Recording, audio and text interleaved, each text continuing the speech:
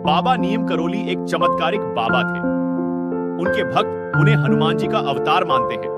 वे एक सीधे साधे सरल व्यक्ति थे। उनके संबंध में कई तरह के चमत्कारिक किस्से बताए जाते हैं। नीम करोली बाबा का वास्तविक नाम लक्ष्मी नारायण शर्मा था। उत्तर प्रदेश के अकबरपुर गांव में उनका जन्म 1900 के आसपास हुआ था। 17 वर्ष की उम्र में ही उन्हें ज्ञान की प्राप्ति हो गई थी। उनके पिता का नाम दुर्गा प्रसाद शर्मा था। 11 वर्ष की उम्र में ही बाबा का विवाह हो गया था।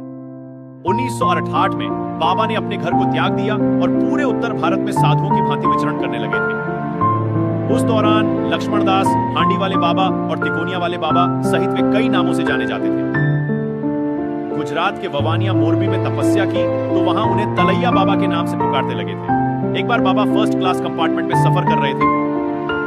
जब टिकट शेकर आया तो बाबा के पास टिकट नहीं था। तब बाबा को अगले स्टेशन नीम करोली में ट्रेन से उतार दिया गया।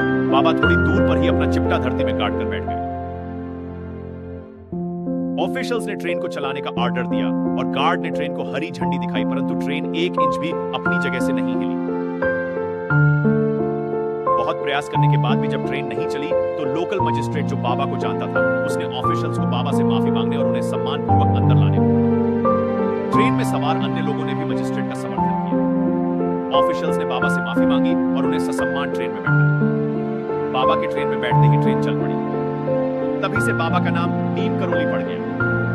नीम करोली वाले बाबा के सैकड़ों चमत्कार के किस्से हैं। नीम करोली बाबा का समाधि स्थल नैनीताल के पास पंतनगर में है। ये एक ऐसी जगह है जहां कोई भी मुराद लेकर जाए तो वह खाली हाथ नहीं लौटता। यहाँ बाबा का समाधि स्थल भी है। यहाँ बाबा नीम करोली की भी एक भव्य मूर्ति स्थापित की गई है। यहाँ हनुमान जी की मूर्ति भी है। नीम करोली बाबा के भक्तों में एप्पल के मालिक स्टीव जॉब्स, फेसबुक के मालिक मार्क जुकरबर्ग और हॉलीवुड एक्ट्रेस जूलिया रॉबर्ट्स का नाम लिया जाता है। कहा जाता है कि इस धाम की यात्रा करके उनका जीवन बदल गया। बाबा नीम करोली महाराज के 2 पुत्र और 1 पुत्री हैं। ज्येष्ठ पुत्र अनेक सिंह अपने परिवार के साथ भोपाल में रहते हैं, जबकि कनिष्ठ पुत्र धर्म नारायण शर्मा वन विभाग में रेंजर के पद पर रहे थे। हाल ही में उनका निधन हो गया है। उन्होंने अपने शरीर का त्याग 11 सितंबर 1977 को वृंदावन में किया था।